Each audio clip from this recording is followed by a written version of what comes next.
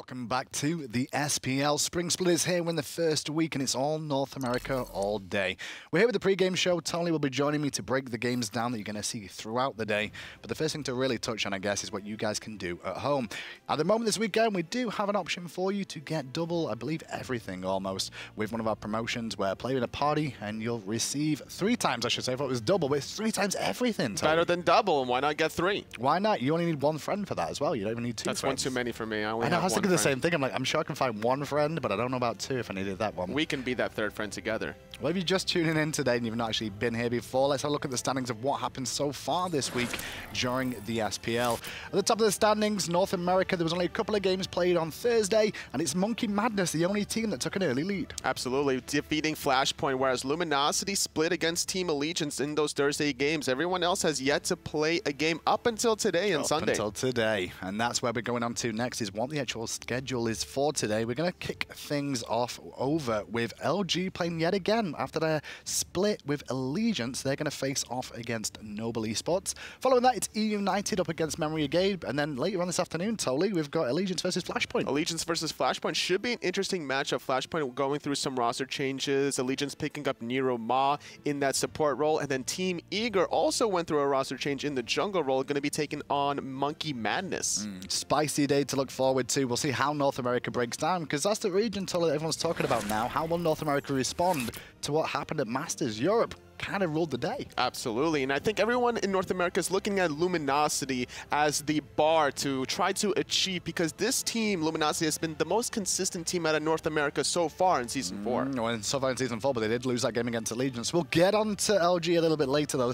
Let's talk a little bit about EUnited versus Memory of Gabe, first of all. It's the second set we're going to be seeing today. And EUnited, they've had a roster change themselves. They've replaced Pain Deviant. Pain Deviant, the general, now stepping down from his horse. Polar Bear Mike taking his place. One of these kinds of supports that's not willing to bend the meta to his team's liking. PBM is one of these kind of players that just loves to do things very meticulously, very slowly, trying to go for any sort of little plays to help his team out in the long run. So what are we expecting out of Polar Bear Mike here? Obviously, we've seen him on Team Allegiance there, but what are we expecting him to do with this roster of EUnited that he's now going to be a part of? Is he going to be the general? I don't necessarily think he's going to be the general in calling all the shots, but PBM is definitely a very vocal player in his time with Team Eager. He's learned a lot from Zapman Lasses back in the day, and he's going to be taking his talents here to EUnited alongside of a lot of veterans. You have Benji in the Soul Lane, Chaos in mid, Panda Cat in that Hunter position, that laning partner. That should be a very aggressive duel lane. Now, Memory Gabe as well, obviously we should touch on it. Eonic, part of the support role, so it's a bit of a support matchup today with Polar Bear Mike coming in for the side of EUnited. But different story. Memory of Gabe sticking with Eonic, whose god pull is pretty varied, but he loves his Gebs, his Sylvanas. And not only that, he's also been known to play the Hercules from time to time. He's going to be paired up in the duel lane with his old Cog Red teammate Snoopy. Always a great matchup to see these 2 players on the same team. Now, this is the first game of the split for these guys as well, so they've never been here before. They've got to start all over again. You got Polar Bear Mike for the support role of EUnited, and then we've got Kiki, ever so cheeky, in the solo lane for Memory of Gabe, replacing Walrus, who was their last split. It makes sense as to why Kiki So Cheeky is finding a team now in the SPL after his incredible run with Oxygen Supremacy in the Gauntlet, going 7-2, defeating Flashpoint, Team Allegiance, Noble, taking a game actually out of In Memory of Gabe. So whatever happened in that set in the Gauntlet, In Memory of Gabe saw it and like, Kiki, we need you this split. Yeah, good work though for Memory of Gabe to try and get an upgrade. Would you say it's an upgrade, or is it a side grade with Kiki for Walrus here? Or is it just a difference of like what kind of personality they are behind the scenes? I think it's about a personality change. I don't necessarily think it's an upgrade or a downgrade. They both bring different things to the table. Kiki brings a more variety of a god pool. He'll play very janky picks such as assassins in the solo lane if given the opportunity to do so. Maybe even some mages every now and then, such as the Morrigan. Maybe even Nuwa if given the opportunity to do so. And Walrus is more of this aggressive style solo laner that's not afraid to take a boxing match and look for a lot of solo kills. What's your prediction on that one, EUnited versus Memory of Gabe today? Where's your money? I'm going to say safe and go safe split. with the split? Yeah. Of course it is. That's what analysts always do. Let's go into the first set of the day, and then the one we're going to be bringing you momentarily, which is LG up against Noble. Noble Esports had a couple of roster changes so far, Tolly. couple of differences with Chapo, Ozzy being replaced, and now they brought in new blood. Absolutely. Aquarius in the solo lane with Skeeledon. He also brings the same style compared to Chapo in that jungle role, where he likes to play very aggressive, likes to play these mobile gods in the jungle role. However, different kinds of communications between Skeeledon and Chapo. Chapo is definitely going to speak his mind all the time, whereas Skeeledon might be a little bit more reserved. And you know what? You've heard of Oxygen Supremacy after their time in the Gauntlet and the run they made during the Gauntlet from North America.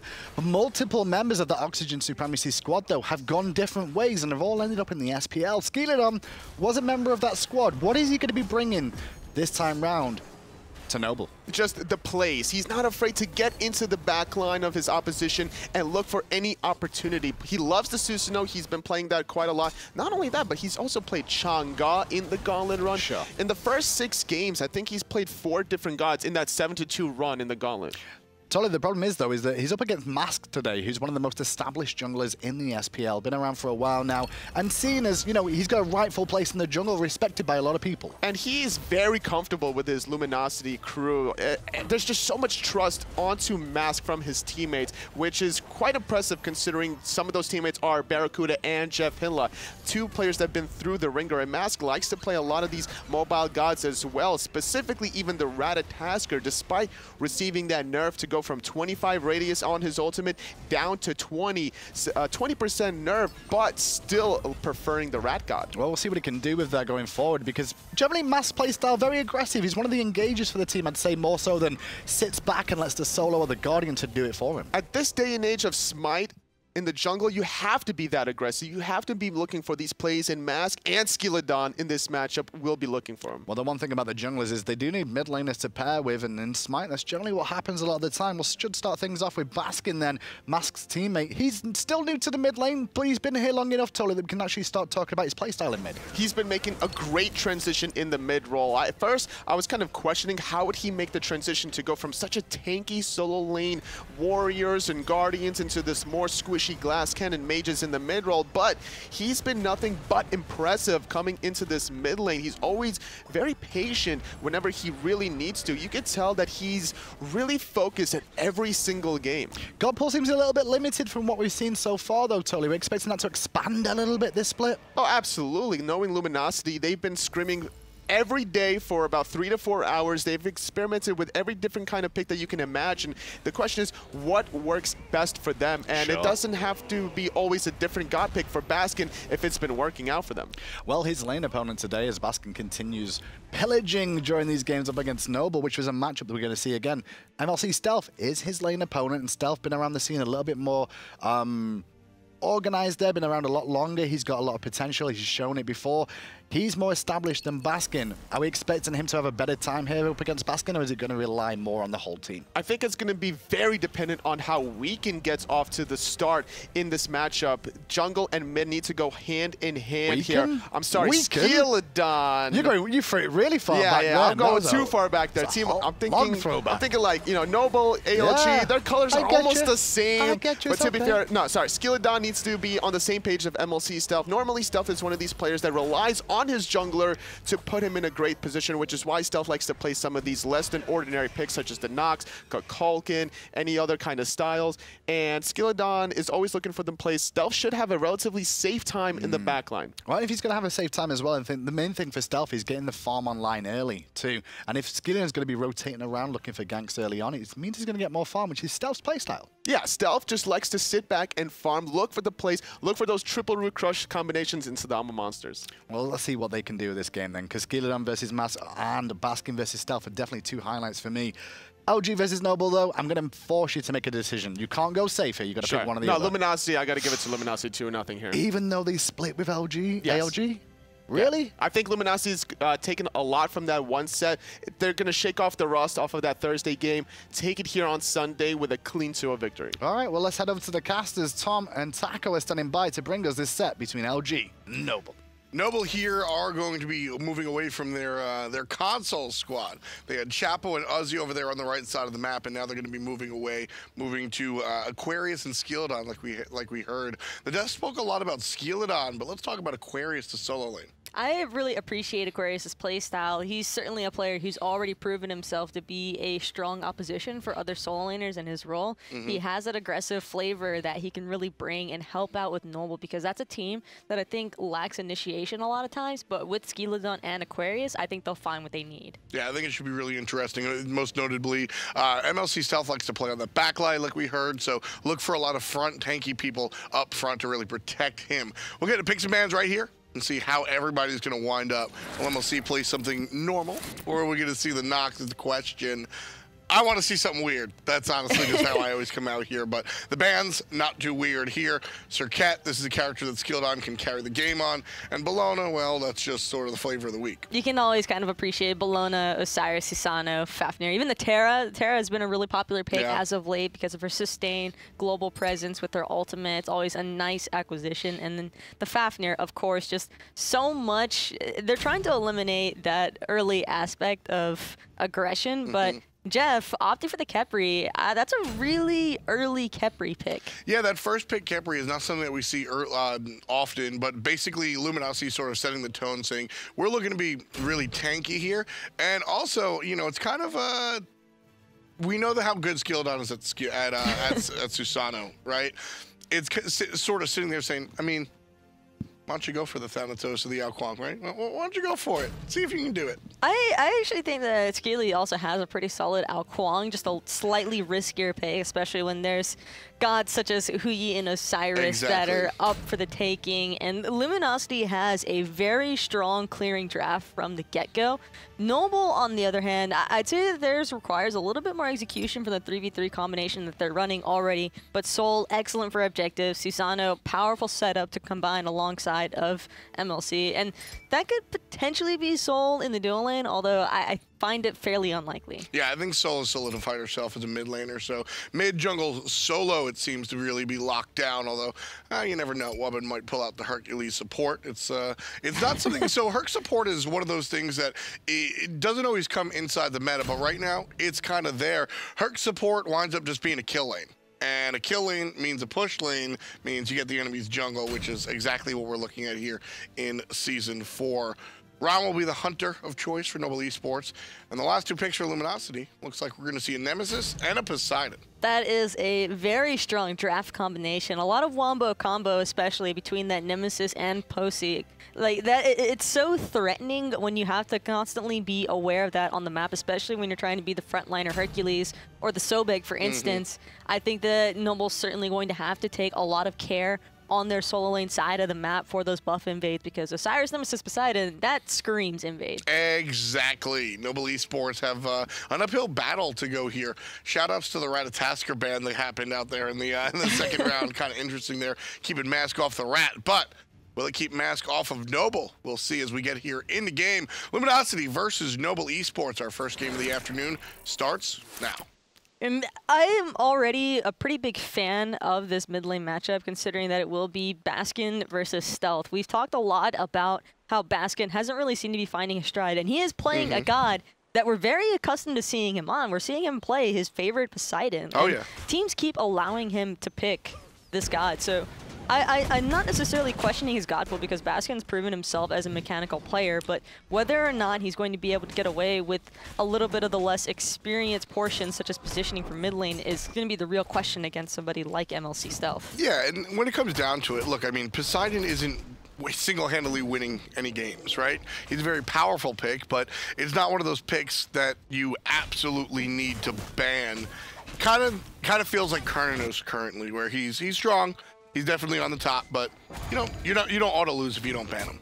I just feel as though combining this alongside the Nemesis is a strong combination, and on top of that, Mask will probably tend to hang around that solo lane side, just because from what I mentioned earlier, it's a lot easier for a Nemesis to have that early lockdown potential onto the Hercules than what it would be on the Sobek, simply because Sobek's CC Immune ultimate permits for him to move inside of the tower line, but and away from whatever danger he might be in, but that isn't the case for Hercules. Yeah, Hercules kind of has to stand still, and well, it's a little bit more problematic for a guy like him. Normal starts coming out from both of our teams here, and we'll see BaRRaCCuDDa picking up his own red, and Purple going the way of the support, but the soul here in the mid lane is interesting for MLC Stealth because the desk brought up the fact that Stealth really likes these backline characters that really are super. Soul can sit there and sort of throw her damage out from a distance, but then once the heat gets up there, she wants to be dealing out those basics. So is that really out of character for MLC? She can chunk away all day long, and MLC is somebody who just loves burst damage. I mean, you see it with the Kukulkan, with the Zeus even because the detonate. So I think that it fits right into MLC's playstyle. It just gives them a little bit more survivability because of her 3. Yeah, something a little bit different there. So we'll get back into game here. Sorry about that brief interruption. Just getting through some early growing pains here. And when we look across the way, talking about that mid lane matchup, both of these characters have incredible push. So really no surprise to see this one go the way of, although, well, Poseidon had help from his jungler. So Luminosity going to group up here on the left-hand side. And Noble need to be so careful of this invade, considering that they are completely outmanned right now, especially with Baskin making his way over. Yeah, Skeeledon understands the situation, just says, I'm going to get backs. I'm going to hit my back heartbeats. No reason for me to even show up there whatsoever. It's a very smart forfeit of the buff, and actually I'm quite surprised to see Aquarius seeming to get the better end of this solo lane matchup. Typically you see the Osiris winning this trade almost every time, but Aquarius must be doing something right to be this far ahead of Scary. Well, I mean, when it comes down to it, Aquarius just feels comfortable enough to throw out the ultimate and go for the kill. Not going to find it, unfortunately, but definitely has set the tone for this lane. He needed the 2. It was unfortunately still on cooldown. You could tell just like the longing in his eyes of wanting to go in, but no more. But that's really nice for Noble because it will alleviate some of that map pressure that Luminosity has been applying, because Mass is probably going to have to start spending a little bit more time trying to catch Scary D back up. Yeah, Scary D's not even going to go back to base. He'll just pop some potions and be able to sustain that way. So it doesn't have to spend that teleport, which I'm sure Aquarius was hoping he was going to win. Oh, every solo laner loves pulling the other's TP because that just means a possible early rotation, and you can never really tell what these teams are going to look for off of a pick, especially so early on in the game. Yeah, I mean, right now, it's interesting. Right now, the beginning is semi-scripted. It feels like there are a couple of different options for the jungle and support to go, and then if you win lane, you steal the jungle buffs. But then these next couple of minutes are very tumultuous, and right here, we're going to see Skeeledon show up in that solo lane. Ooh, pops his ultimate probably prematurely. I think he just really wanted to force Scary D's ultimate. Knowing Skeeledon, he was probably just anticipating that the Osiris was going to be jumping away, but maybe if he caught him in the knockup, then Aquarius would have a chance of pushing him away. But unfortunately, this wasn't the case, but that's all the damage that he needed. Aquarius is able to find the kill anyway. Yeah, first time, well, that was just a warm-up. Second time's the charm for Noble's new solo laner. Aquarius starts this one off with a nice little solo kill over there. Love the play. And again, it's just Aquarius being comfortable. He understands exactly what he needed to do. Drop down the boulder, got the kill easy peasy. All he needed was that little bit of damage from Skeeledon's ult apparently to go in. That's surprising. I would have never anticipated in a million years that Aquarius is going to look for the solo off of that. I mean, Scary D didn't either. That's why he stood still and just ate it. Tough stuff for the solo laner on Luminosity. But when the going gets rough on the right side, you got to come clean on the left. Gold Fury's the target, and Gold Fury will successfully be taken by LG at the 5-minute mark. So Noble get 500 gold for their first blood, but a little bit more goes the way of LG, and they're leading by 200. Again, I say this a lot, but 200 more of an illustrative point than actually, wow, there's so much in the lead here. That was a beautiful call, too, by Luminosity, and most likely made by BaRRa, recognizing that Wowy had to have backed because he wanted to just go ahead, refresh up on that mana and health pool, potentially buy his boots, and immediately Luminosity just taking advantage. And that's really just an experienced team right there. Oh, yeah, absolutely. It's the combination of, so that play over there in the solo lane, Skeeledon made the play and then left. And Aquarius got a solo kill. Now, that's not something that all the time you can really depend on to go ahead and look for the play on the left side. One more second, Skeeledon has disconnected, so we're going to give the players a moment to go ahead and pause their game and wait for him to come back. But when it comes down to it, basically my point is, yeah, when 5 people show up in the solo lane, easy gold, Fury, nice and clean. But when it's one guy that left a little bit beforehand, you can't auto-make that call. So heads up play by BaRRaCCuDDa to notice that the Hunter goes ahead and he heads back to base, and then allows him to call the Gold Fury. And a little bit of a mishandling as well by Noble. There weren't any wards on that side of the map, or at least it didn't appear like there were any available for Noble. So it's just so unfortunate for them that they would lose the Gold Fury that early on, considering they had such an excellent first blood in the solo lane. Exactly. So, but to be fair to Noble, this doesn't really shut them down. This just, it causes a slowdown of that hard push over there in the beginning of the game. So it's one of those things where Noble are just brought down a peg, not thrown down into the valley. What's also awesome, though, about that early Gold Fury is Noble can't respawn with the Portal Demon. It's too soon. Yeah. It hasn't spawned yet. At the most, they might be able to pick up those elementals, which they have been acquiring off of cooldown, but I'd say that's a win-win every single time for Luminosity. What is this play? MLC just kind of waiting. Oh, he's waiting for his jungler to come up here and get the experience of the wave. And Wubbn was trying to leech through the mid lane section. I was just sitting there watching these mid laners, and there was no reason for them not to clear. Even Baskin waited for Skeeledon. Everybody just wanted to hang out with Skeeledon, I guess. Hey, mid laners in competitive are so much nicer than in ranked, so they will wait to share the XP. That's one of the big differences here is Skeeledon engages a little bit on the enemy jungler mask. That's one of the bigger differences. You know, we joke about it and we'll say that a newer player has a ranked mentality versus a competitive mentality, but that's one of the bigger differences is how important it is to make sure that your teammates can excel as well as yourself. And Aquarius, with the warding vision himself, able to avoid what looked like Mask was debating to gank. Yeah, so absolutely. That's wonderful recognition by Aquarius. He seems like he is getting a right footing off for this game for Noble. I mean, Aquarius looked good in his rookie season or his rookie split on Flashpoint. I didn't really have any issues there. Skeeledon having a second issue. This time the ultimate from Skeeledon's better. Still not enough to kill. Mask shows up, ults to jungler, and Aquarius gonna look for the peel for his own jungler. Does he have any cooldowns? Clearly has the push. Sends Mask underneath the tower, flips him back one more time. Tower hit won't be strong enough, but Skeeledon lives to see another day, just like Scary did a moment ago. That gameplay, though, by Aquarius, forcing his beads, waiting for Mask's shield to be down so that he wouldn't kill Skeeledon off of the one. That was just absolutely beautiful gameplay all around. I really have enjoyed watching Aquarius play. I think he's developed into, or is still developing into a strong player. He's got a history in Joust, which is one of those interesting points of conversation because, listen, 3v3 Joust and competitive, ladder 3v3 Joust and competitive Conquest are two very different beasts, but the mechanical skill and the attention to the enemy's skills is paramount in both. I got to pull an aggro for a second because he always likes to say I used to be on a team with Chapo. Okay. Aquarius was actually somebody that I would play ring Joust with all the time, and it's just nuts to me to see the guy because he's probably somebody that I saw in rank that actually transitioned his skill level to the competitive aspect. And, you know, that goes along with the conversation we're having, not just rank Conquest, but also, you know, Joust, very different beasts, but there are some skills that translate. We always talk about the negative side, right? You need better map vision, you need better communication, most notably, and playing as a unit of one unit with 20 skills instead of 5 different players with 4 each.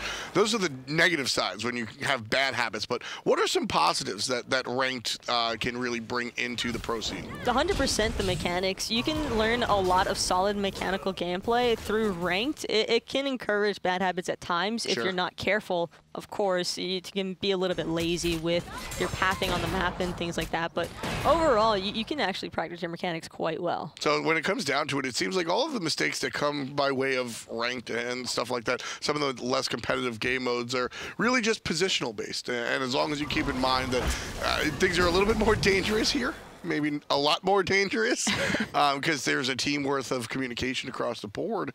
That's a different story, but of course, you're not going to wake up one day and just get your Thor combos all of a sudden. You got to practice them somewhere, and practicing in the training room is just so you understand where you're getting it. You have to understand the real, the threat of competition. So there is a thought process behind there.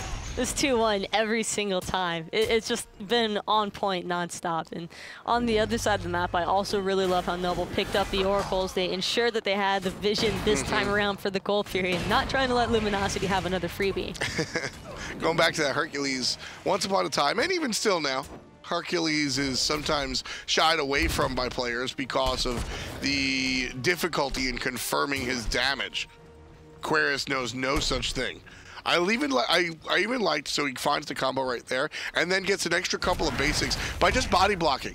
He just hard screens Scary D by moving left to right, and Scary D gets crowd controlled by simply not being able to walk forward. And right now, I mean, I'm certain that Aquarius recognized that Scary D wasn't looking to back there. He was just feigning his back like most players will do whenever they're low, trying to hide around that wall surrounding their tower because they want the wave to push in so that way they can still get the XP back and then look for something. But that's all that Aquarius needs to do because now this Portal Demon, it's all Noble. Yeah, and before you said the Portal Demon wasn't even up before, well, Noble picked up the first Portal Demon 40 seconds after it spawns at the 10-minute mark. So Noble had that idea from the get-go. Because of that, they're going to take about a 500 gold lead, just inching forward to something that actually means something. 500 is just a nice small step. It's a couple of wards, but something that we've noticed recently here in our summer split is how important aggressive warding can be. And every single time, Mass is probably aware that they've got his speed buff on Mark. He's probably a little bit scared that he's going to have this big Hercules trying to stroll on over to his side. I mean, look at where Noble's vision is. It's all on the enemy side of the jungle, and that just allows this idea of the term snowball is used so often, but this is really where that snowball comes from. We get a little bit of a lead, so I can ward your jungle. Now I have a slightly larger lead, so I can steal your jungle. Now I have a bigger lead, so I can defend your jungle. And, well, you don't get any jungle, and because of that, you're able to sort of catapult yourself into the top. I'm really excited, though, for when the next Gold Fury fight breaks out, because I'm almost certain that this is going to end up being a team fight pretty soon here on the Gold, simply because both sides have excellent engagement as well as disengage, but it's really going to come down to who gets the better end of when they decide to go in. Well, right now, everybody kind of even across the way. 13 and 13 are the levels of our hunters. And everybody pretty much on the left side of the map has been relatively even. It's the right side that's a little bit scary, but even there, Scary D is keeping even with the Hercules, despite just getting beat up all the time. So kind of experience with respect to experience, excuse me. Everybody coming up even. Wubbn might be a death here. Big Kraken after some help from the jungler. And JeffHindla is the one that's going to be able to secure that. Wubbn falls to the wayside. It's 5-on-4. BaRRaCCuDDa wrapping around the left, looking for a ricochet. Won't find it. But his team wants to start the Gold Fury. That requires Hunter skill. And because he's a little bit late, they're going to think about it 1 or 2 times before they actually commit to the pull. And that's the risk that you take with Sobek, trying to get the engage off. Wubbn just shy of marking Jeff on that Khepri, and it cost him his life every single time. And now it's Gold Fury. So last time Luminosity had the benefit of Baskin's ultimate for the secure. Won't have it this time around. Aquarius would have stolen it if Luminosity didn't leash that. And I have no idea how they saw that boulder. It just completely, that's just reflexes. Every single time. They saw it coming straight over the wall, and immediately everybody dips out of that circle trying to unleash that as fast as possible. And that's individual prowess and veterancy. You can make that call, and your team, the latency, I don't even mean internet latency, I mean brain latency. When you hear the call to back off, you're not going to make that fast. Everyone has to have that instinct to leave and leash the circle right then and there. Aquarius throws the boulder over the wall, and Luminosity just heads up play by the vets. And that goes ahead and gives them a 1,000 gold lead, our first real lead of the game. First real lead for Luminosity, and not only that, but it helps Scary D catch back up to Aquarius, who had a little bit of a lead over him as far as XP and goal was concerned, but now that his team's on the favorable end, Scary's catching back up, and whether or not he was getting bullied all game in lane, that doesn't matter. It's still a pretty big Osiris. He's going to be relatively tanky, and he'll make life hell for Wowy and MLC Stealth. So Osiris is a sort of chaotic team fight character. He just gets in the middle of everything, throws out the tether, and hopes he can slow people, right? Whereas Hercules does that. Tons of displacement. Skeeledon gonna get knocked up, pulled into the tower one more time. Mask is here, and I love that play by Mask. No intention of killing Skeeledon, but by ulting the jungler, he sends him out and ensures that Skeeledon is gonna get out of jail. Just completely trying to deter Skeeledon and Aquarius from pressuring any further, but even with them pressuring, they didn't really do all that much to Skeeledon. That's not the case, though, for Maz, who could be falling down right now, but Sunder going to be off the mark, and he's going to be out of danger. Every time, Aquarius is nailing this. And so I brought up a character comparison. I want your feedback here. Skeeledon can, after the tether's down, he's just sort of chasing who's probably going to be the hunter, right? He's just hunting down one individual player. Aquarius on the Hercules can bring a lot of displacement. Which character affects a team fight more so? I would probably say that Hercules can have a little bit more influence on the team fight, but it really could go either way. It just depends on target focus between these two gods. Hercules has a much easier time at displacing multiple gods at once, you know, like 2 or 3 in a team fight due to his 1, but Osiris can kind of just spam somebody down, and if you want to carry dead, you're looking at Osiris every time. And in this specific scenario, I really like the Hercules a little bit more because Skeeledon will get peeled by Hercules. You know, Skeeledon's gonna fight and try to hunt a single person down. Wow, he's taking a bunch of damage and be sent home by BaRRaCCuDDa. But Aquarius is gonna be able to show up and just hit him with the combo and really, literally peel somebody off. Right now, Skeeledon needs to peel himself. He's down to about 1 hit, safely under his tower for now. Wubbn dashes forward, not gonna find it.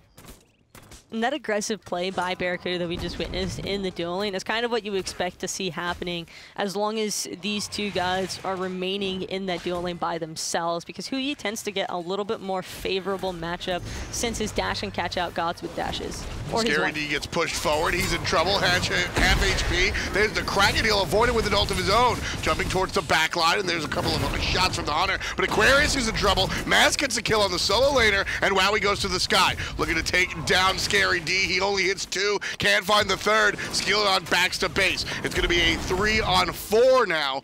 Make that a 3-on-5 as Scary backs to base, and Skeeledon backs to base. Very just chaotic situation right there. Aquarius can take it out sooner than he wants, and because Aquarius falls, Luminosity takes that team fight.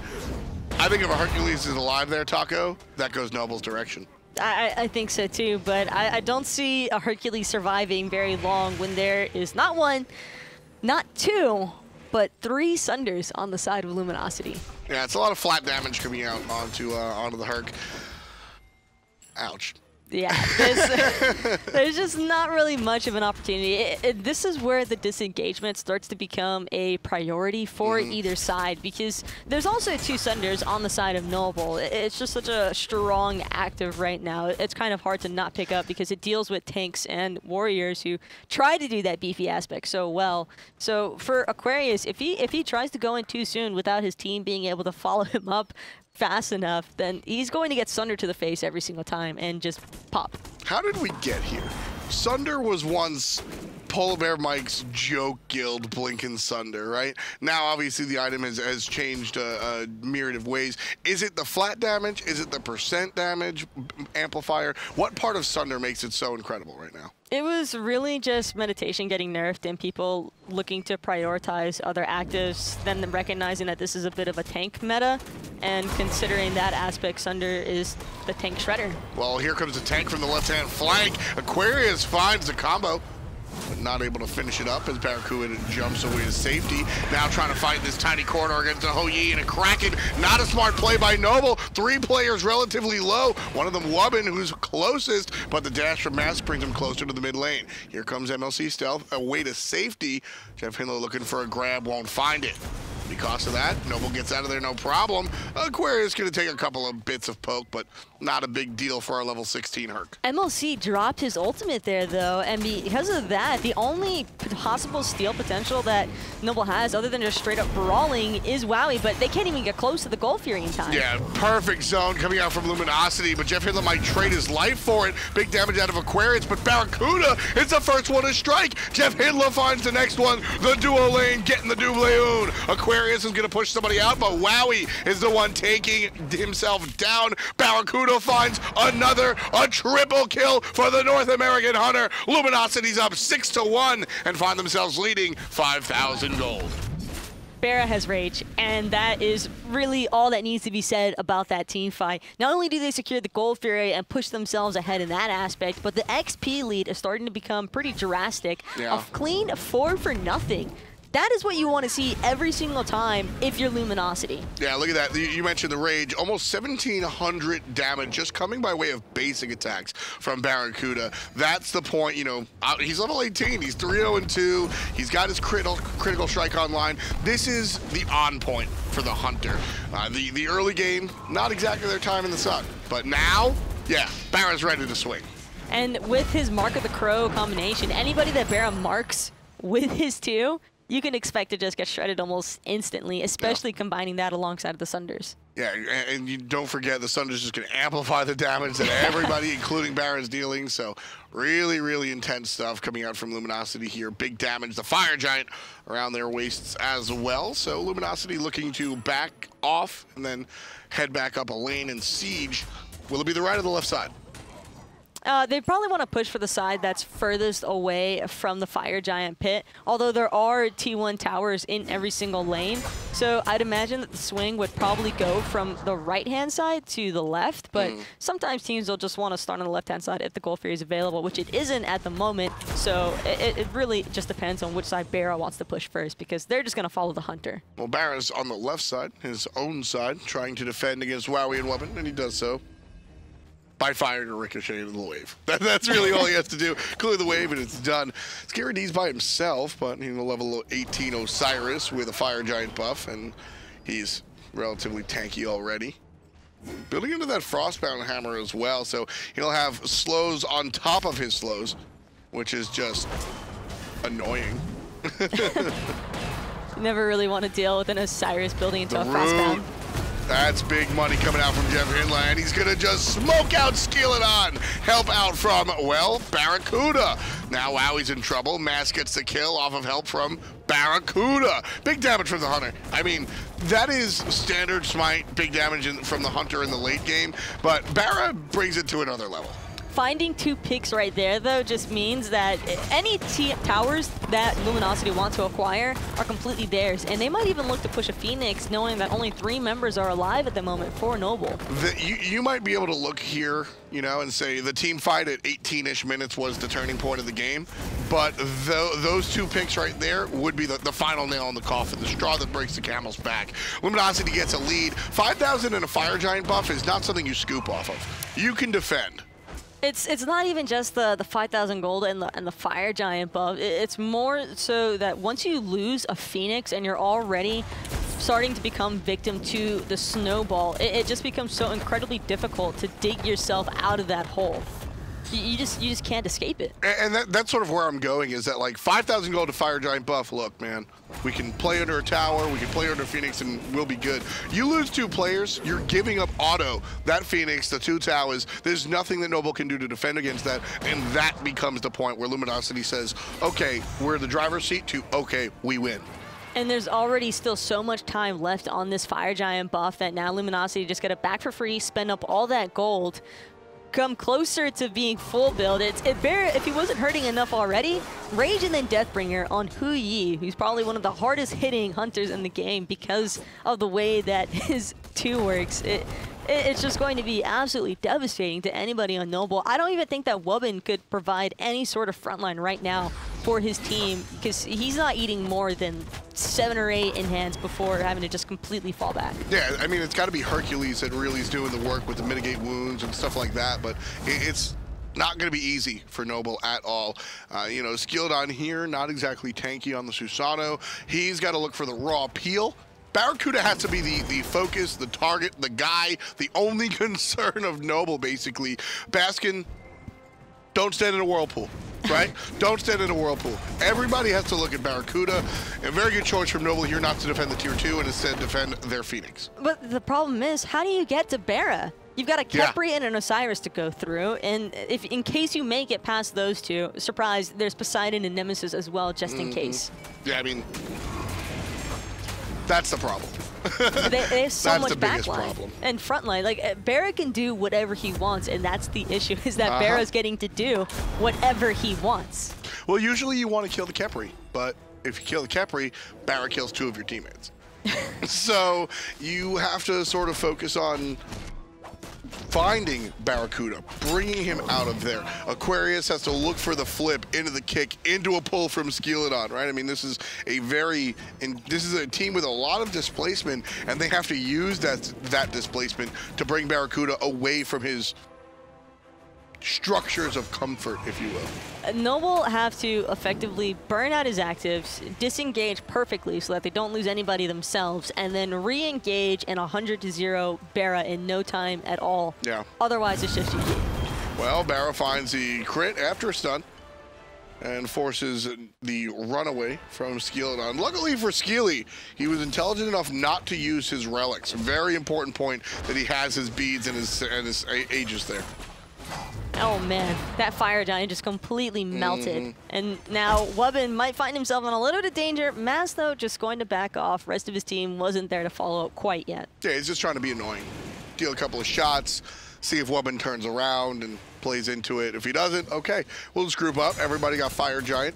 This should be the final push from Luminosity here. 4-0-3 on the Hunter, who was undoubtedly the MVP in this game. Top of the player damage, just a little bit above Aquarius across the way, who has had a stellar game, but unfortunately early game. It didn't really translate into the mid or late. There's the displacement onto Mask, however. JeffHindla finds a target, grabs him, and they're gone. Scary D gets the credit, but everyone dealt damage to Wubbn in that abduct. 5-on-4 on the Phoenix. Dashing away is going to be Aquarius. Mask goes deep, so does Scary D on top of Wowy, and he dies to the hand of Scary D. 2 kills for the Osiris in this team fight. Phoenix is still being aggressed on by Baskin and the Hunter. It's still alive, but can't the same be said about the rest of the teammates.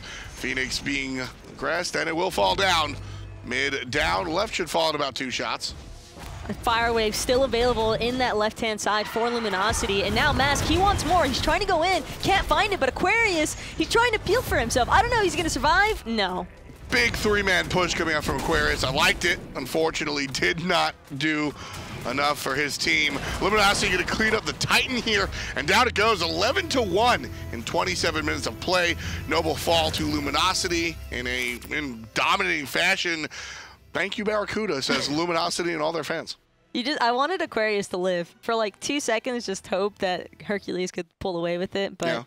He had to go down with the rest of Noble in game number 1. Yeah, rough game for Aquarius, who, like I said, really crushed it in the early game, but that didn't translate into that mid and late game. Why was that? Unfortunately, his team just fell too far behind early on, and so they were unable to really capitalize on any of the setup potential that he had going for them. Skeeledon a couple of times tried to help him out in that solo lane side. They looked for the aggression, and they wanted to keep Scary behind, but unfortunately, it just wasn't able to have the impact that you want because MLC Stealth couldn't, I mean, I really couldn't say that like Soul was really much of a factor there. He just couldn't find any of the free cast potential that Baskin had because they just didn't have that frontline possibility. Yeah, there really wasn't that opportunity. And like I said, we mentioned that Soul has a lot of burst, but a big part of her kit is also the damage that comes out of basic attacks. And MLC couldn't find himself putting him in that we talk a lot about frontline and backline. There's this midline role that Soul really wants to play, and MLC couldn't take that step forward because he was too busy getting forced back by the hand of BaRRaCCuDDa and everybody else. So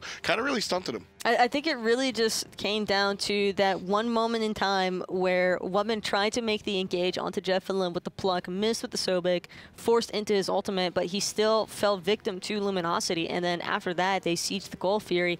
And from then on, it was pretty much just Luminosity going with timers. Yeah, it was just, and that's what we were talking about, the ward vision that's so important here in Season 4. Once you get a small lead, you put the wards in the enemy jungle, so you just know where they're at. And then when you have a big enough lead to fight them, you just take it away. And there's nothing anybody can do about it. So very smart decision by Luminosity to go ahead and use that gold to plop wards down. Noble did a good job of that too. But again, a strong early game from Noble did not translate into the mid game. I think it has less to do about the picks, but I think Soul did come into that. And more to do with just the prowess that LG had around those Gold Furies specifically. And Wowy as well. I think that Wowy is an excellent Hunter player, and we're accustomed to seeing him carry a lot of times for Noble. I mean, he carried even pretty hard in relegations for them, actually finding them the victory against Kiki's team. Yep. And because of that, I was quite surprised at how little just like him and MLC were able to do. And it really is impressive to me, like how quickly a game can turn against you whenever you don't have that front line present for you. I think in the future, we're going to see a better Noble, seeing Aquarius do his thing. I think that the players can gel, but they just haven't yet. So I'm interested to see how this team really matures and comes into itself. So game number 1 in the books now, going the way of Noble, going the way of Luminosity. We're going to take a look at that one and sort of reflect on that a little bit later. As we head into game number 2, though, we do need a slight break. We'll be back in just a few minutes. Stay tuned to hi-rez TV.